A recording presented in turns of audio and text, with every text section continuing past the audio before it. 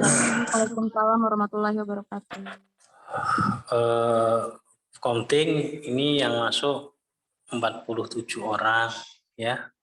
Berarti yang aktif di Zoom yang muncul itu ya di WA group tadi ya kurang lebih ini ya. Yang lainnya itu berarti pergi melalang buana kan gitu. Ya. Baik ya. Ini materinya agak susah ya. Berat gitu. Berat ya ini sebagai untuk wawasan sajalah, wawasan tentang tentang hukum, karena banyak sekali persoalan-persoalan hukum yang sebenarnya banyak problem based learning, banyak masalah yang bisa jadikan bahan pembelajaran ya terkait materi hukum ini ya, karena banyak cerita-cerita ketidakadilan tentang sebuah putusan peradilan gitu. Ya, tapi mari saya sedikit saja untuk memberikan gambaran tentang hukum. Suara saya jelas? Jelas Pak. Jelas Bapak. Kalau langsung materi kok kelihatannya berat banget ya. Ini materi hukum dan hak asasi manusia. Hak asasi manusia dan hukum dan HAM tadi. Hukum dan hak asasi manusia. Jadi istilah hukum ya, istilah hukum atau definisi hukum itu kan ada beberapa definisi ya. Jadi hukum itu ada yang mengatakan Rechtsstaat dan ada yang mengatakan rule of law ya, rule of law artinya tertib hukum ya. Rule of law itu aturan ya, law itu hukum, aturan tertib hukum. Kemudian ada Rechtsstaat. Rechtsstaat itu bahasa Belanda ya. Rechtsstaat itu artinya negara hukum ya. Rechtsstaat itu hurufnya RECH, Rechtsstaat, Staat STAAT, itu artinya negara hukum. Rechtsstaat ya. Jadi ada rule of law, ada Rechtsstaat. Nah, kedua istilah ini kadang orang itu menyamaratakan ya, padahal definisinya berbeda dan peruntukannya pun sebenarnya itu sifatnya saling melengkapi. Saling melengkapi itu di dalam tertib negara hukum itu ada tertib hukum, ada aturan hukum kan gitu. Nah, di dalam Rechtsstaat itu ada rule of law, atau rule of law itu bisa ditegakkan hanya pada negara yang berdasarkan atas hukum atau Rechtsstaat. Ya, jadi hukum itu kan dipakai untuk menertibkan masyarakat, ya supaya tertib, ya tidak ada hukum rimba di dalamnya, ya.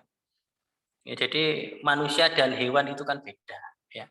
Kalau hewan hidup di hutan belantara, yang dipakai adalah hukum rimba, maka siapa yang kuat, dialah yang bertahan hidup. Tapi manusia itu berbeda, ya. Manusia itu kalau di dalam agama dikatakan sebagai khalifah, pemimpin, ya. Dan manusia itu dibekali akal, pikiran, hati nurani. Maka cara hidup manusia dan hewan tentunya berbeda, ya. Cara hidup manusia dan hewan tentunya berbeda, ya, karena manusia itu makhluk pilihan, makhluk yang paling sempurna, dibekali cipta rasa dan karsa, kemampuan menciptakan, mengcreate, ya, berkehendak dan bisa merasakan, punya nurani hati. Maka untuk mewujudkan masyarakat yang tertib dibutuhkan yang namanya aturan ketertiban yang biasa disebut dengan istilah hukum. Ya, tuh. Jadi pemakaian istilah hukum, ya Rechtsstaat maupun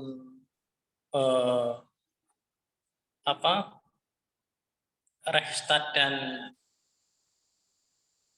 rule of law, ya, ini perlu saya jelaskan terlebih dahulu karena inilah sistem hukum inilah yang berpengaruh pada sistem hukum yang ada di Indonesia, ya, yang berpengaruh pada sistem hukum yang ada di Indonesia. Jadi rule of law, aturan hukum, ya rule of law itu kan sistem hukum ya yang sumbernya didasarkan pada atau biasa dipraktekkan di negara-negara yang istilahnya namanya Anglo-Saxon. Anglo-Saxon itu negara-negara Inggris Raya atau Eropa bagian mana Inggris itu, ya? Inggris dan sekitarnya, ya. Kalau konsep Rechtsstaat itu kiblatnya adalah Perancis, kemudian diikuti oleh Belanda jajah Indonesia ngikuti Belanda. Maka ada perbedaan mendasar untuk implementasinya. Konsep hukumnya itu ada perbedaan mendasar, ya. Jadi kalau konsep rule of law itu sistem hukumnya itu bersumber pada tertib hukum atau norma yang ada di masyarakat, kemudian diundangkan. Sedangkan kalau Rechtsstaat, ya Rechtsstaat negara hukum, itu diawali atau sejarahnya adalah ketika terjadi demo atau perubahan sosial di Prancis, ya. Diturunkannya Raja Louis XVI, kemudian itu merubah tatanan negara. Ya. Jadi kalau Rechtsstaat itu negara hukum, ya. Jadi masyarakat harus tunduk dan patuh pada hukum, aturan yang tertulis. Ya, pada aturan yang tertulis. Jadi aturannya dulu dibuat, kemudian masyarakat harus mengikuti aturan. Tapi kalau rule of law, ya yang diterapkan di Inggris, ya Skotlandia, ya di negara-negara Inggris Raya itu, aturan yang dibuat itu didasarkan pada norma-norma hukum yang ada di masyarakat, kemudian itu diundangkan, maka relatif lebih soft, lebih aman, tidak ada pergolakan. Ya, bukan berarti karena apa? Aturan yang dibuat itu berdasarkan norma-norma yang ada. Jadi yang tertib perilaku masyarakat itu seperti apa, kemudian itu menjadi sebuah norma menjadi sebuah perilaku, kemudian itulah yang dijadikan kesepakatan bersama. Nah, ini kemudian menimbulkan konsekuensi hukum, ya, menimbulkan konsekuensi hukum, ya.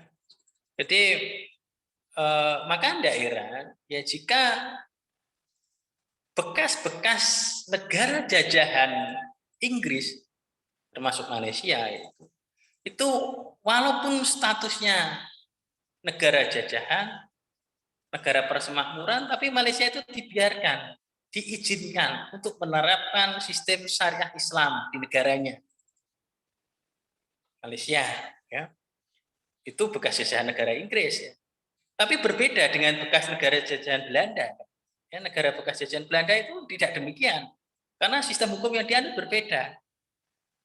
Ya, jadi sistem hukum yang dianut adalah aturan tertulis, Rechtsstaat, ya, negara hukum. Jadi dibuat aturan dulu, masyarakatnya harus tunduk dan patuh pada aturan itu. Ya, jadi misalnya kayak Anda, misalnya kuliah, itu tidak ada diskusi, tidak ada musyawarah, tahu-tahu dosen membuat aturan A, B, C, D. Terus mahasiswa dipaksa harus tunduk dan patuh pada aturan. Tidak ada ruang untuk diskusi. Ya. Tuh. Ya, jadi maka ya, nah di Indonesia itu bagaimana? Ya, di Indonesia itu posisinya mengcombine ya mengkombinasikan kedua sistem hukum itu. Ya, jadi maka belajar hukum di Indonesia itu susah, sulit.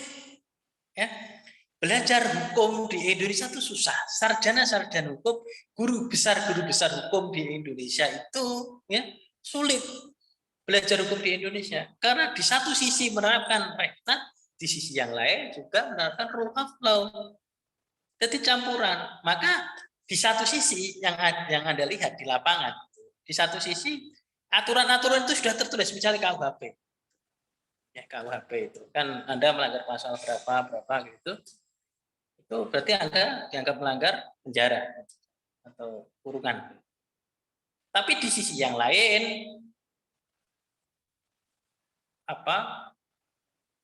di sisi yang lain ada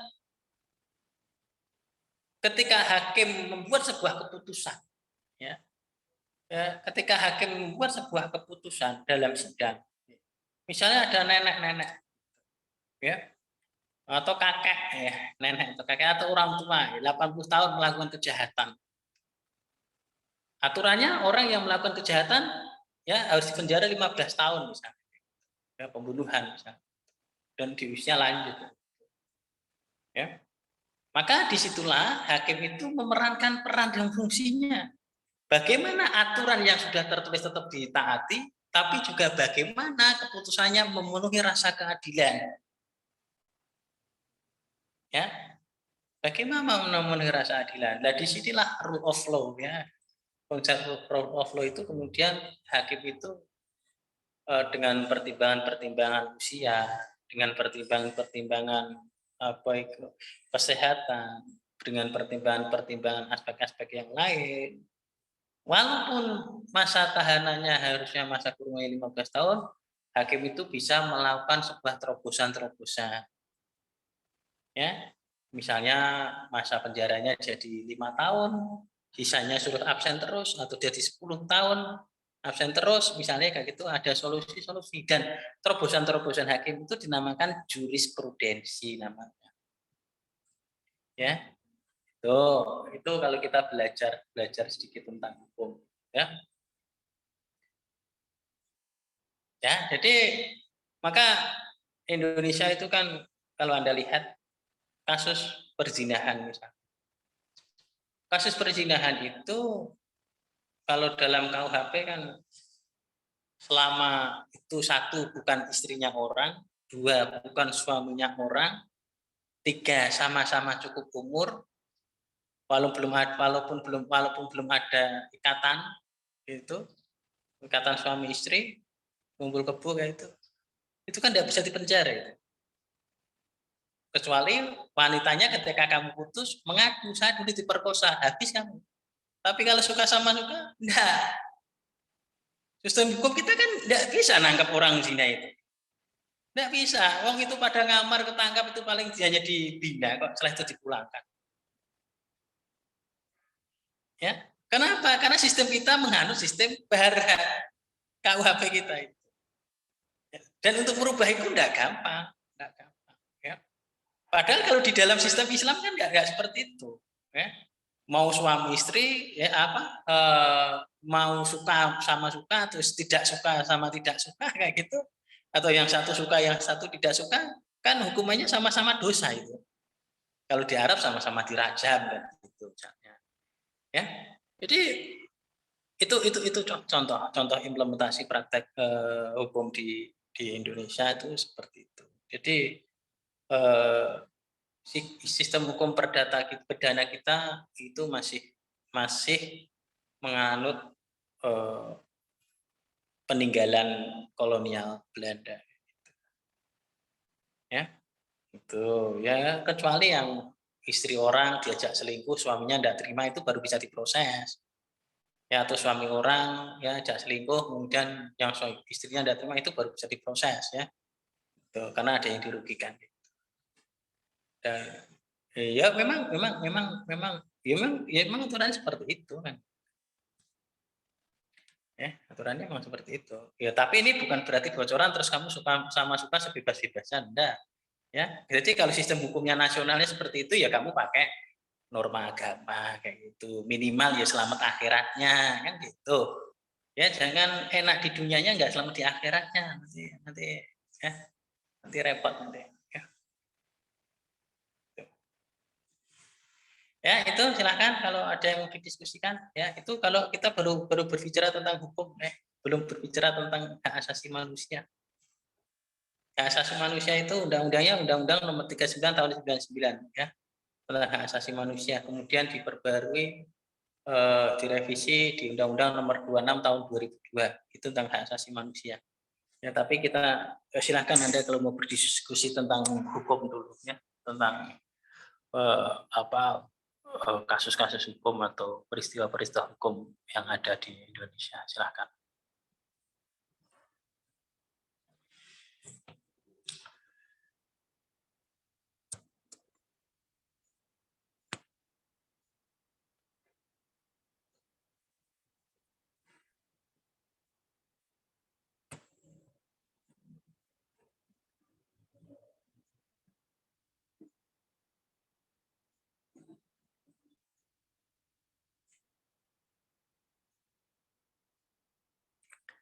Gimana? Bingung?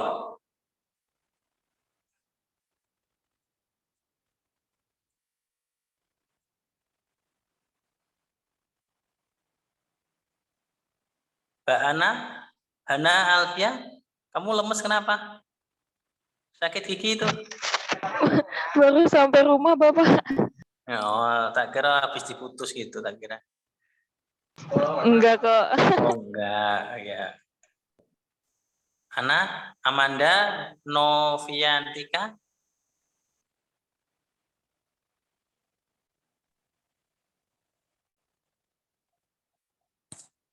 Amanda. Iya, Pak. Ada yang dikangeni enggak? Enggak ada. Oh, enggak ada. Ada yang mau ditanyakan enggak? Enggak ada, ya enggak apa-apa.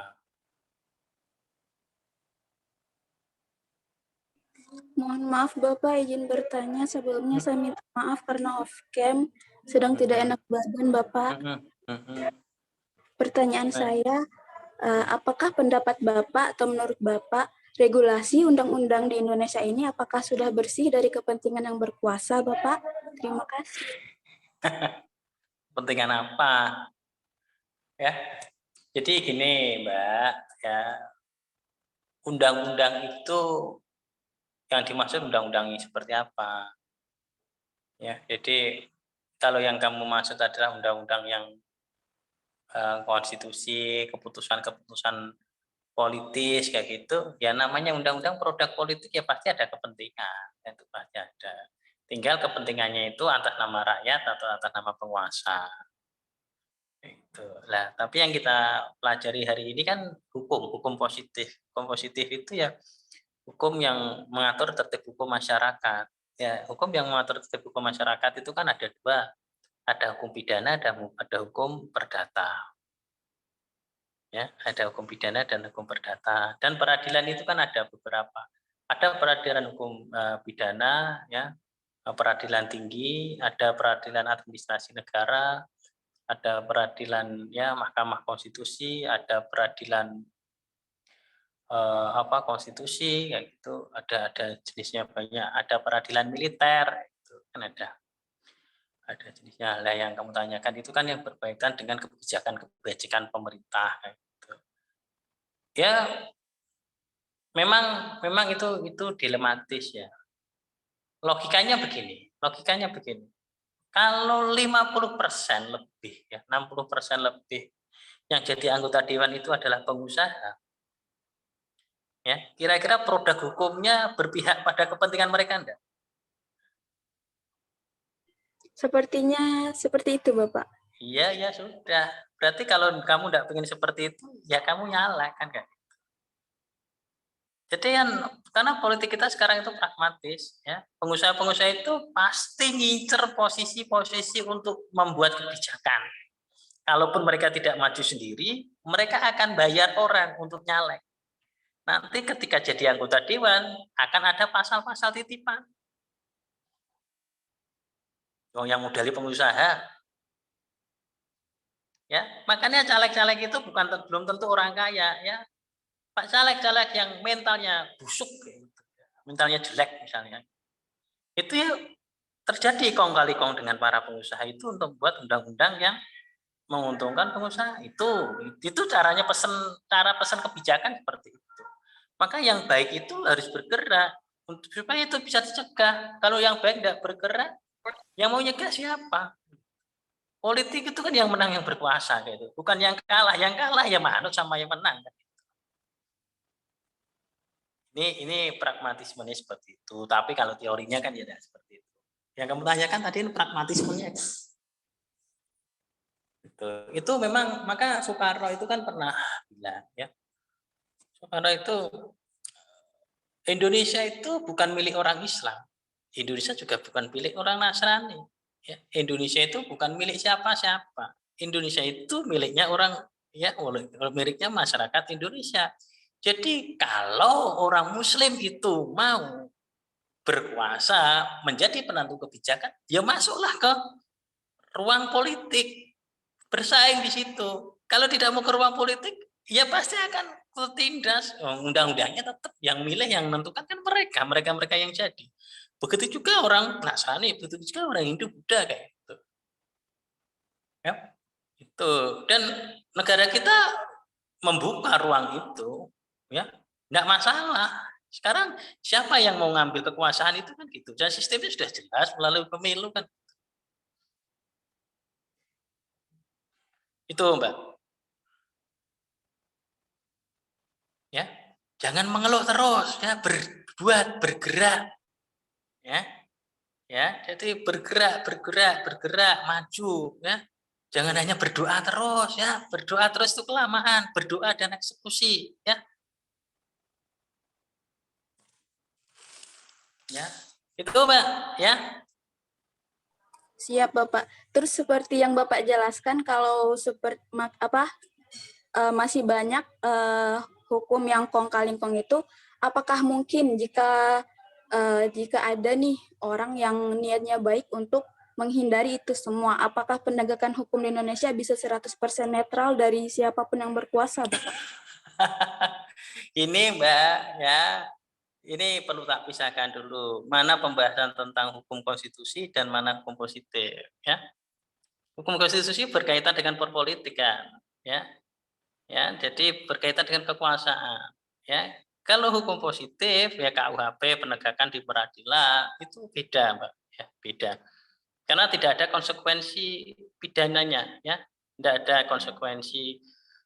Kalau hukum yang kamu maksud tentang konstitusi itu larinya ke kebijakan negara, ya. Tapi kalau kita bicarakan hari ini hukum positif, hukum pidana, hukum perdata, atau jenis-jenis lembaga-lembaga peradilan. Itu. Lah,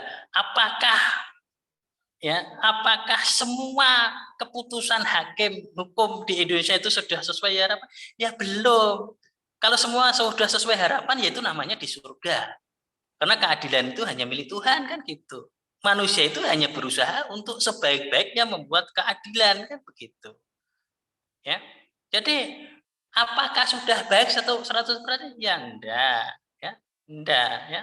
Terus bagaimana cara memperbaiki? Ya berusaha untuk diperbaiki. Tapi kalau 100% itu kemudian keputusannya sempurna, ya enggak. Oh, manusia itu pasti ada kesalahan, ya. Manusia itu kan tempatnya salah.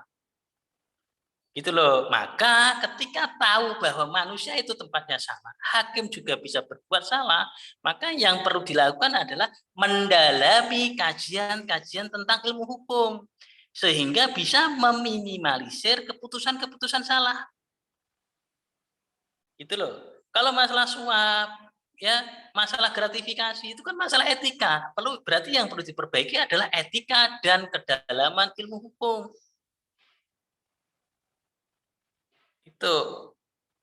Itu ya Mbak, ya. Jadi kalau apakah sudah sesuai? Ya belum lah, ya. Belum. Ya dunia itu ya seperti ini. Ya namanya kan juga istihad, usaha. Ya. Jadi kalau semua sudah sempurna, ya ini namanya bukan dunia tapi surga kan gitu. Ya. Putusan hakim itu adil bagi yang menuntut. Tapi yang menerima keputusan pasti merasa tidak adil. Ya, jadi keadilan di dalam hukum itu adalah ketidakadilan bagi penerima sanksi hukum. Jadi pasti akan selalu ada pro kontra. Ya, keadilan yang dirasakan oleh penerima sanksi hukum bisa jadi adalah ketidakadilan bagi keluarga yang merasa dirugikan. Ya, maka disitulah peran hakim untuk bisa menengahi kedua-duanya dan bisa membuat keputusan sebaik-baiknya. Itu ya, Mbak. Baik Bapak, terima kasih banyak. Ya. Jadi nanti kalau kamu diputus pacarmu jangan terus dilapor ke polisi, kejam banget cuma pacaran sama polisi ya. Jangan, damai kekeluargaan saja. Ya sudah, kalau tidak suka sama saya silahkan cari yang lain. Saya tak juga cari yang lain ya. Kita berpisah, tidak usah WA-WA lagi, cukup itu ya. Tidak usah terus nangis 7 hari 7 malam ya. Matanya tembem semua, itu tidak perlu ya. Nanti malah berobat ke dokter mata, repot nanti lah ya. Tuh, silakan yang lain.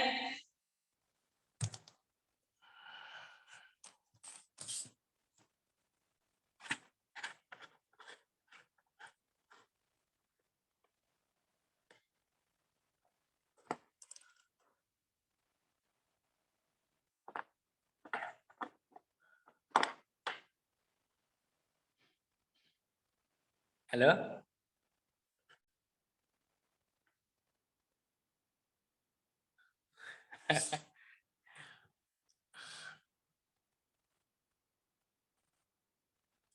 Penjelasan saya sudah meyakinkan Anda semua belum? Sudah kelihatan benar apa belum?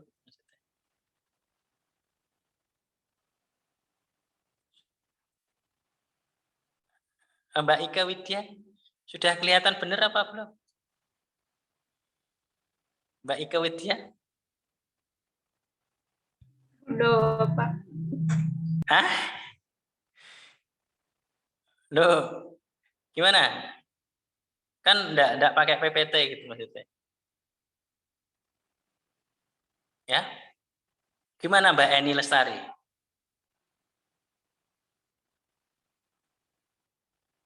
Gimana? Sudah seperti beneran apa belum? Enggak masuk suaramu.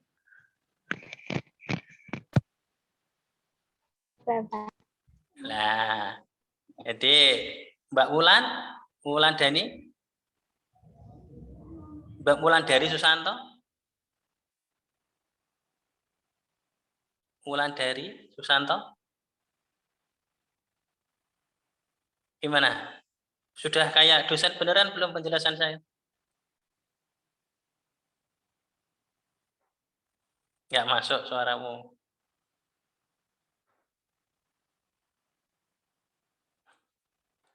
Mbak Alisa Kirana? Iya Pak.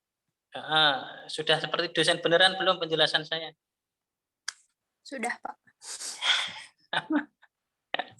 Ya, ini tak kasih tahu ya. Saya itu pinginnya Anda itu ya nanti kalau bekerja itu memang benar-benar ahli di bidangnya. Ini apa? D3 analis ya. D3 analis itu kan berkait. Hah? D4 analis, ilmu analis lah, analis kesehatan ya. Analis kesehatan. Benar ya? Benar Bapak. Nah, gini, jadi kamu itu nanti kalau sudah lulus kuliah, supaya jangan puas terhadap strata pendidikanmu yang pertama itu, ya dalami ya, baik dari sisi akademiknya dan dari sisi prakteknya atau praktisnya, ya. Biar nanti kalau kamu itu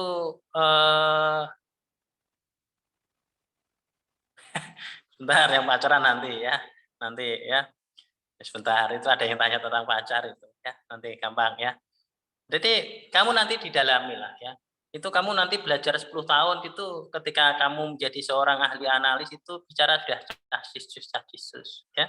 Karena base yang jelas pendidikanmu ikut diimbangi, karena sisi akademikmu nanti akan membantu kamu untuk membuat kerangka berpikir, dan pengalamanmu itu kemudian nanti akan memberikan kamu tentang pemahaman-pemahaman baru ya di ranah praktek, sehingga kalau ngomong itu mantap, tidak kinyak-kinyik, tidak harus pakai PPT dan tidak harus pakai contekan di HP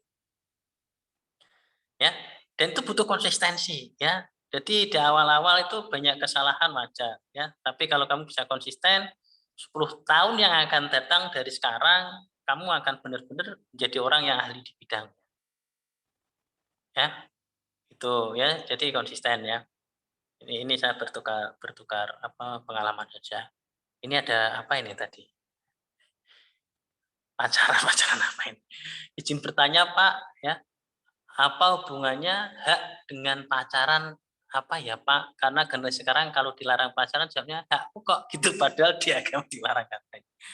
Gini, pacaran. Ini loh. Ini pakai dari sisi anu aja dulu ya. Kita lihat dari aspek psikologis ya. Psikologi. Ya. Jadi dari aspek psikologis itu perkembangan pikirannya. Orang ya laki-laki dan perempuan kalau sudah akil balik ya kita pukul rata lah usia 15 tahun ke atas gitu.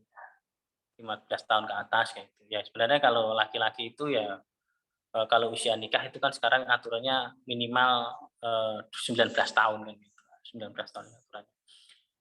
Secara aspek psikologi ya usia 15 tahun itu kan manusia itu kan sudah mulai tertarik terhadap lawan jenis ya. Dan itu normal ya. Justru kalau di usia-usia itu kok tidak tertarik lawan jenis itu perlu ke psikolog, ada yang keliru ya. Ada yang keliru dengan perkembangan tumbuh kembangnya gitu. Ya. Dan kita harus mengaku itu, dan memang kenyataannya seperti itu ya. Kenyataannya seperti itu ya. Benar nggak Amanda Noviantika? Kamu di usia 15 tahun kemarin sudah mulai tertarik sama lawan jenis nggak? Bukan berarti pacaran loh, suka teman laki-laki. Ya sekedar ditahan. Maksudnya aku suka sama dia tapi nggak berani bicara gitu maksudnya. Suka, Pak. Nah, jadi memang secara kodrati itu semacam itu ya. Itu satu yang perlu kita pahami. Terus maka tata cara bagaimana ya saling ketertarikan itu kemudian jangan sampai menjurus ke hal-hal negatif, itulah yang perlu Anda persiapkan, Anda ketahui kan. Ya. Jadi karena memang ya memang manusia itu seperti itu ya. Karena manusia itu kan dibekali ya karsa, kehendak. Kehendak itu ya bila bisa juga dalam arti nafsu, bisa juga dalam arti ya keinginan sekedar ingin mengenal lawan jenis kayak gitu. Itu ada. Nah, terus pertanyaannya, terus pacaran itu hak atau bukan hak? Pacaran itu bagi saya bukan masalah hak dan tidak hak. Kalau pacaran itu hak, seolah-olah pacaran itu harus. Ya, seolah-olah kita itu kalau tertarik dengan lawan jenis harus pacaran kayak gitu. Yang mau pacaran monggo, yang enggak mau pacaran silakan kayak itu. Tapi yang perlu diingat adalah bahwa manusia itu berbeda dengan hewan. Kan gitu. Ya kalau hewan ya cempe itu anak kambing itu ya tertarik sama cempe betina, cempe laki-laki, cempe betina ya kawin jebret kayak gitu. Itu naluri hewan. Tapi naluri manusia kan enggak seperti naluri manusia ya seperti itu, sama. Cuman bedanya manusia itu kan punya etika, punya agama, punya norma. Itu yang perlu kamu pikirkan. Kan gitu. Jadi enggak semua nafsu itu dituruti. Ya, enggak semua nafsu itu kamu turuti, ya. Maka di dalam agama persennya Rasulullah itu kan jihad paling besar itu apa? Bukan membunuh orang kafir. Jihad yang paling besar adalah menahan hawa nafsu, kan gitu. Ya, itu yang kedua. Nah, terus kemudian, apakah kemudian pacaran itu dosa? Pacaran tidak dosa. Yang dosa itu gerayangannya, kan gitu. Apa sih yang dilakukan pacaran? Ngobrol bareng, makan bareng. Memang makan bareng ada salahnya? Kan ya enggak. Jalan-jalan bareng memang ada salahnya? Kan ya enggak. Yang bermasalah kan jalan-jalan yang pakai gerayangan. Benar nggak? Benar nggak Mbak Ika Widya?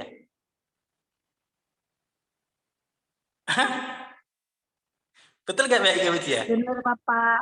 Nah, jadi persoalannya bukan masalah pacarannya, tapi yang bermasalah adalah aktivitas ketika pacarannya. Ya, itu.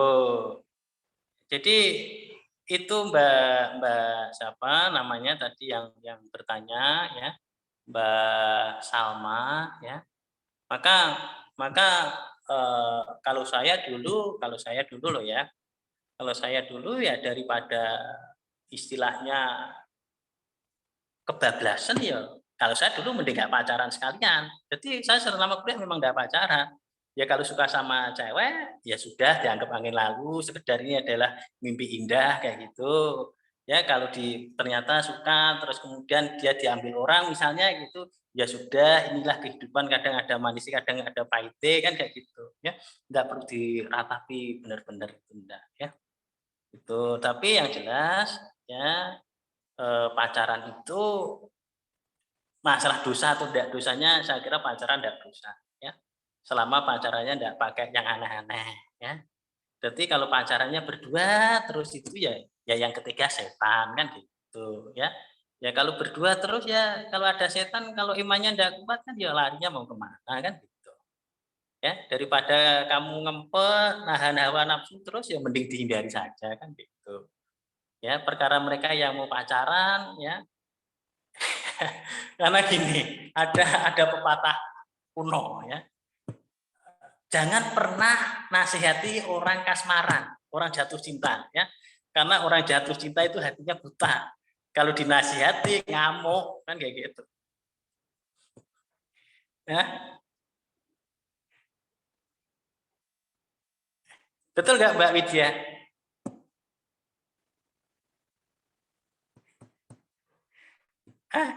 Nasihati orang jatuh cinta kan ya kita sendiri yang capek.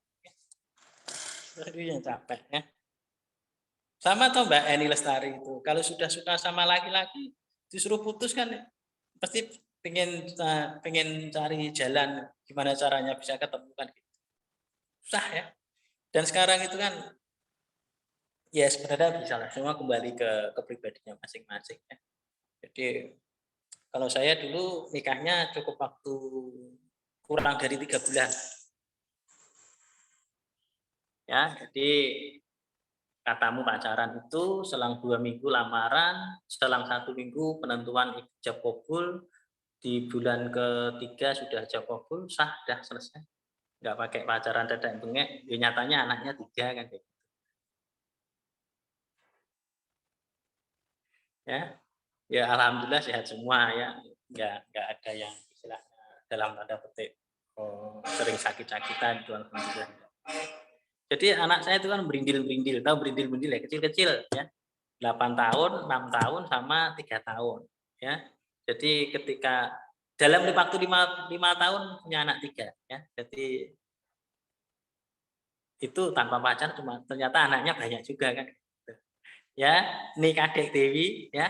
Itu ya kalau mau punya anak besok enggak usah pacaran ya. Jadi pacaran waktu nikah nanti cepat punya banyak anak itu nanti.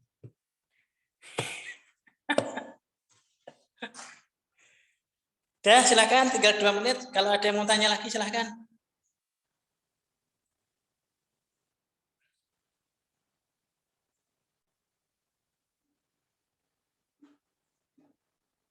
Lintang? Tidak ada yang ditanyakan, Pak. Tidak ada. Aman ya? Aman. Ya, aman ya. Pokoknya besok pengeluaran jajan bersama dibuatkan kwitansi. Kalau putus di tengah jalan dimintakan ganti. Ini pengeluarkan kemarin ya itu. Kamu sekarang kamu putus saya, ini harus dikembalikan. Betul, Pak. Yang bilang betul itu punya pengalaman berarti.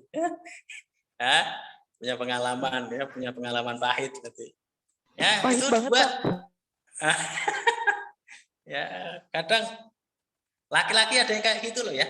Ya, ada yang niatnya pengen dijajankan wanitanya terus, laki-laki garingan itu kan seperti itu ada.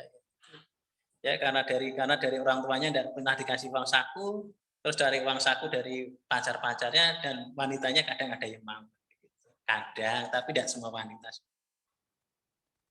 Karena terpesona sama kegantengannya kayak gitu. Silakan, ada lagi kan? Cukup ya. Sekian, terima kasih waktu sudah habis ya.